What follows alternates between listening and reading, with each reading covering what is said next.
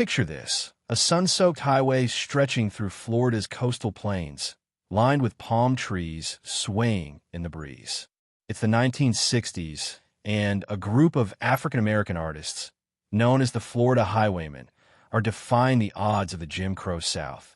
Among them is Al Black, a man whose life weaves a tale of hustle, heartbreak, and hard-won redemption. From the cotton fields of Mississippi to the prison walls of Florida, and finally to a legacy etched in vibrant color. This is the story of Al Black, a salesman turned painter, a prisoner turned muralist. His journey is a testament to resilience and the transformative power of art.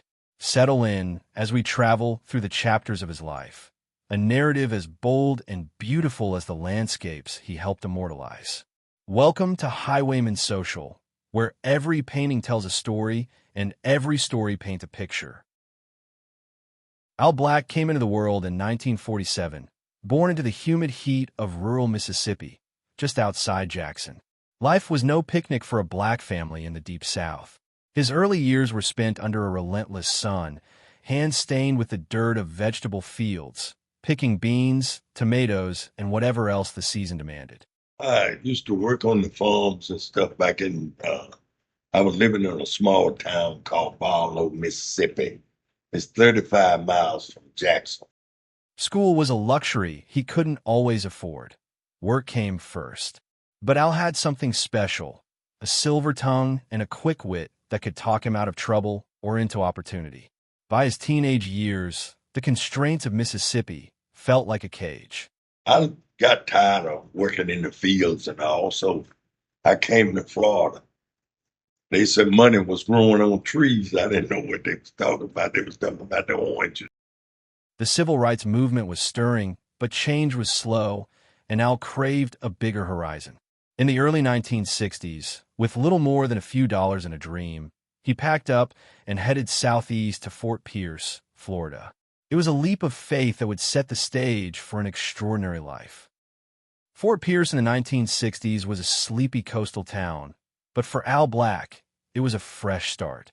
He landed a job at the Fort Pierce Typewriter Company, starting with a mop and a bucket, cleaning machines for a modest wage. Soon, his charm kicked in. He talked his way into sales, proving he could sell anything to anyone. I met these highwaymen salesmen out on the road. So I said, give me those paintings. Y'all not selling these paintings right. And they gave me the paintings, and he said, I just run two little black boys out of here a few minutes ago. He said, but you seem to know what you're doing. I said, come on in. So I went in and I sold them all 10 of them. They went back and they told the other highwaymen, said, who we met a dude out on that road today said he could sell something. So when I got home that afternoon, Alfred Hare, James Gibson, Harold Newton, Mary and Carol, all of them was there waiting on me. Said, you Al Black? I said, if you sell paint clubs, we'll give you 30%. Al met Alfred Hare, who was the heartbeat of the Florida Highwaymen, a loose collective of black artists painting Florida's wild beauty, sunsets, swamps, and shorelines on the cheap. Alfred saw Black's gift for gab and made him an offer. Quit the typewriters. Sell my art instead. Al didn't hesitate. With a handshake, he joined a movement that would rewrite his future. Al Black hit the ground running, or rather driving. Picture his trunk stuffed with fresh painted canvases, the smell of turpentine still lingering. He'd cruise Highway 1 and A1A, pulling into motels, doctors' offices, and tourist traps, always with the same winning pitch. I'd walk in. When I get up in the morning time, I would brush my teeth, wash my face, put a little good smell on. And I would walk in the offices and say, good morning. So my name is Al Black. I wanted to know what you'd be interested in. Some paintings that wouldn't take up too much of y'all's time. And up they said they was busy that morning. I had another shot to come back in another time because I went in and support. And I went in some offices like Okeechobee and Mohaven and Clewiston and Arcadia, and I have run up on some heavy stuff. On a good day, he'd sell 40 or 50, each for a few bucks. In a segregated world where black men faced shut doors, his hustle opened them. He wasn't just a salesman. He was the highwayman's lifeline, turning their art into a small empire, one sale at a time. The highwayman's rise was meteoric, but tragedy struck hard and fast. In August of 1970, Alfred Hare, mentor, visionary, friend, walked into Eddie's Place, a local bar in Fort Pierce. A petty argument over $1 escalated, and a gunshot rang out. Hare, only 29, crumpled to the floor in the parking lot. That night, the highwaymen lost their spark. After Alpha died, everything broke off for a little while. But I was still painting. Me and James Gibson, he stopped for a while. But we had to make our living, so we just started. So I started selling from James and Mary Ann. Alfred's death left a void. His energy had fueled their assembly line production, churning out paintings by the hundreds. Refusing to give up, Al grabbed a brush. He'd never painted before, but he studied Hare's style, fast, bold, vivid, and taught himself. From salesman to artist, he stepped into the breach, determined to keep the dream alive. The 1980s brought a downward spiral. Black's life unraveled as crack cocaine took hold. Addiction cost him his marriage, his money, and his freedom. I came out in the paper for 5 days straight. Al Black, one of the highwaymen. You can have foot trouble, back trouble, neck trouble, all kind of trouble. You ain't had no trouble till you have some crack cocaine trouble. In the 1980s, there was a stock market crash in the late 80s. Al's second wife left him, so he kind of got into trouble a little bit. He made some choices that weren't wise. He got addicted to crack cocaine, and eventually in the 90s got sentenced to prison for fraud and cocaine possession. So we went to the Florida State Penitentiary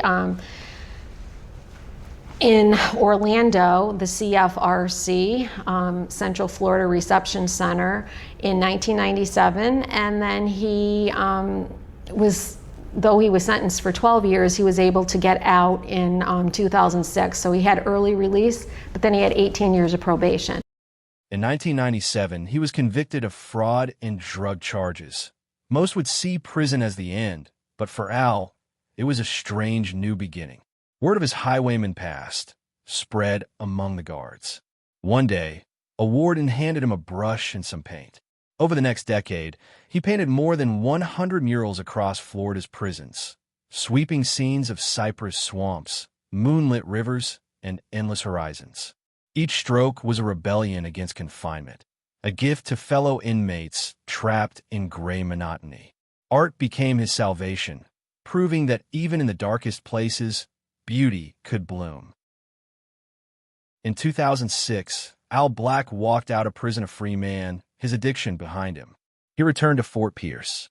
Now in his late 50s, he set up shop in his garage. There, surrounded by tools and canvas scraps, he stapled frames and got back to work. His hands, once shaky, steadied with purpose. Today, he paints daily, landscapes from memory, vivid as ever.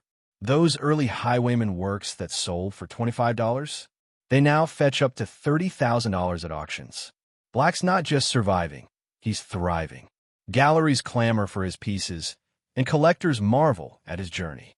For Al, every painting is a victory lap, a reminder that second chances can outshine first failures. Al Black's mark on Florida art is indelible. The Highwaymen, 26 artists, including Al, produced an estimated 200,000 paintings, a staggering feat born of necessity and talent. Well, back in the when I first started painting, all my paintings mostly have three birds in it. One for the Father, one for the Son, and one for the Holy Spirit. In a time when black artists were barred from galleries, they took to the highways, selling door to door, building a movement from scratch. The highwaymen, we used to have to sell the paintings from the trunk of our cars. We weren't recognized and all as being artists. We used to be on the highway selling our paintings, and we would maybe park up here by Indian River Drive and sit there all day. Black's role as salesman and later painter helped fuel that fire. His prison murals remain a hidden treasure, etched into Florida's correctional system. His canvases hang in homes and museums alike, celebrated for their raw, untamed beauty. Al is a living link to a past of struggle and triumph, a man whose art speaks of freedom. Freedom from segregation, addiction, and despair. His legacy isn't just in paint. It's in the spirit of a group that refused to be silenced. Al Black's life is a canvas of contrasts, bright highs and shadowed lows, all rendered in bold strokes. He sold dreams along Florida's highways and found his own voice in the unlikeliest of places. From a Mississippi field hand to a Florida icon, he's lived a story that could fill a dozen documentaries. Today, as he paints in his garage, Al keeps the highwayman spirit alive. One sunset, one palm tree, one sail at a time. His art isn't just a picture, it's a promise. That creativity can conquer anything. This is Al Black, a man who turned a hard road into a masterpiece, leaving Florida's art world forever changed. They can beat me painting, but they can't beat me selling. They are painter and I'm an artist.